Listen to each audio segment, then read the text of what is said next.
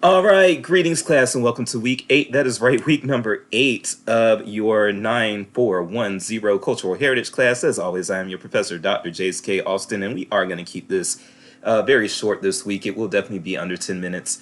First of all, I do want to say that I am very apologetic for being so late and getting a check-in video uploaded, but you've had another video to watch, so I guess that doesn't really matter. Just to explain myself, because I do feel like I owe you a bit of an explanation here. Yeah, it's just been a lot going on. Just as far as sick baby, my wife has also been under the weather this week, so been tending to them.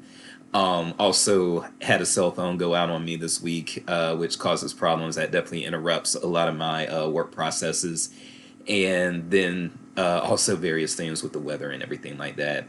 And then also, I won't get too deep into this, but I am working. I'm helping one of the ALA presidents. I mean, not ALA presidents. I'm helping one of the ALA presidential candidates with his campaign, and that has been very, very, very, very messy this week.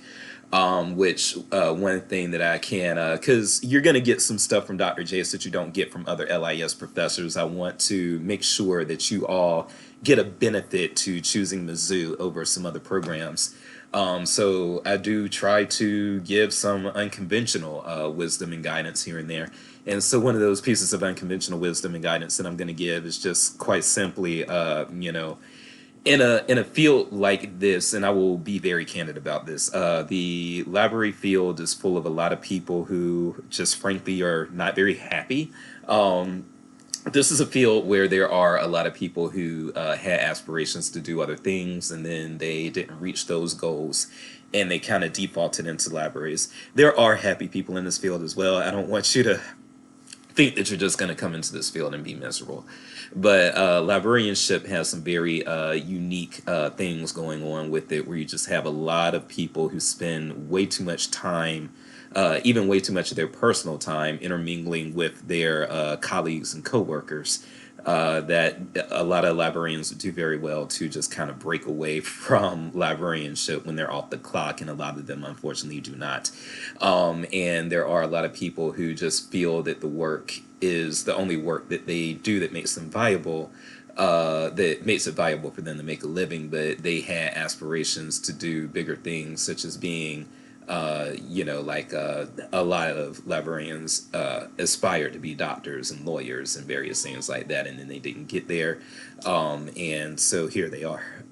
Having said that, it's if you ever get to be one of these librarians, it's like really popular on the social media circuit, or you meet a lot of people through conferences, and you do make all of these connections and become one of these people that's well known in the field. There are pros to that, but there are cons as well. And so I'm just going to say, quite frankly, that one of the cons is that, let me just put it this way: where I'm from, the people that ride for you, you got to ride for them. And that's just how it is. That's a survival mechanism. And I carry that even into adulthood and into how I operate on my day-to-day operations. So having said that, one of the people that is running for ALA president this year is somebody that I've known for 15 years now, and was actually my mentor in ARL, Association of Research Libraries, and an ARL Kaleidoscope program and things of that nature.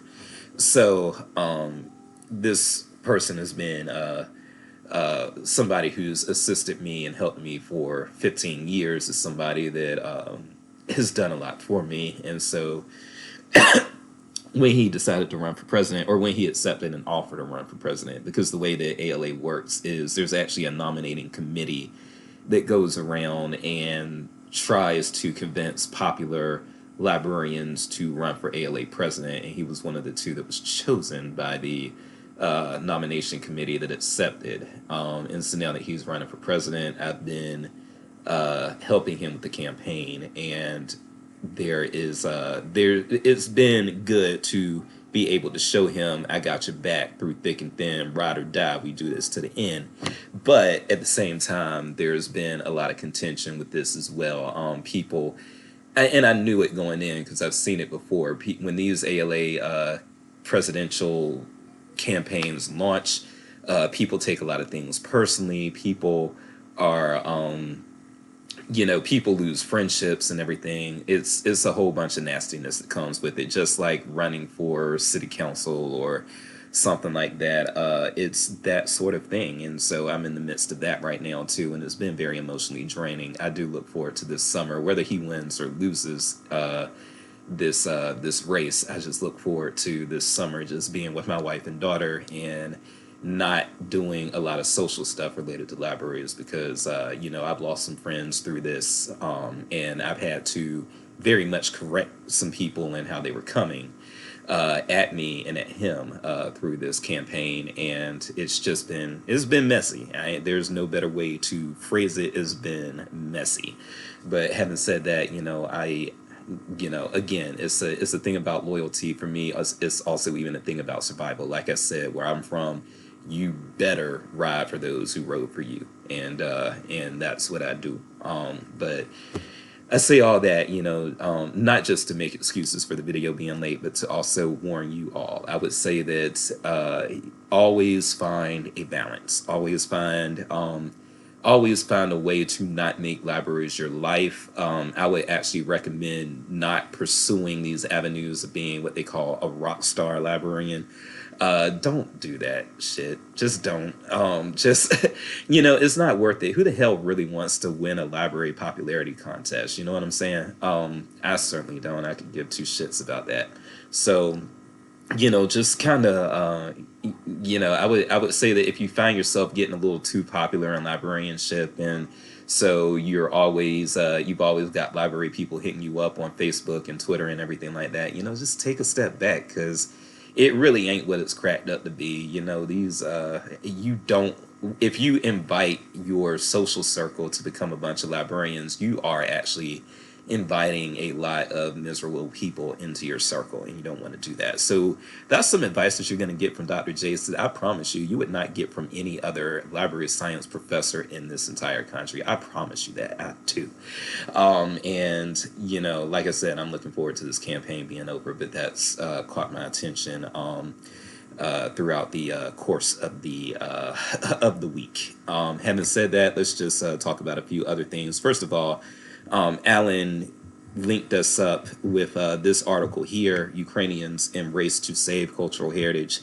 Great article. I'm not going to say a whole lot about it. I'm actually just going to give you all the opportunity to discover this article for yourself. I'm very, very glad that Alan found this and brought it to my attention. And so I'm going to link to it in the announcements and everything, so that you all can just check this out. And it's very pertinent to what's going on in the world, and very pertinent to what's going on in this class. So thank you again, Alan.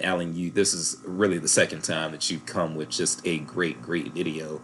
And so, not video, a great article that's pertinent to this class. And by all means, all of you have the ability and so forth to share these types of articles with us. So when you come and when you find something like this, by all means, post it in the discussion free for all or in the question section. And it's good information to share with your classmates. And from there, the other thing that I need to say is that you do have your 4 top heritages paper due this weekend. So go ahead and bang those out.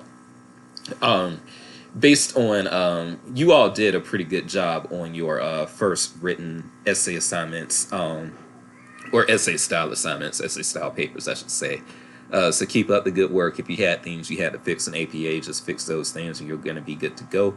And aside from that, yes, I hope you enjoy this week's readings. Microbreweries are definitely one of those things that really bring unique identity to a place.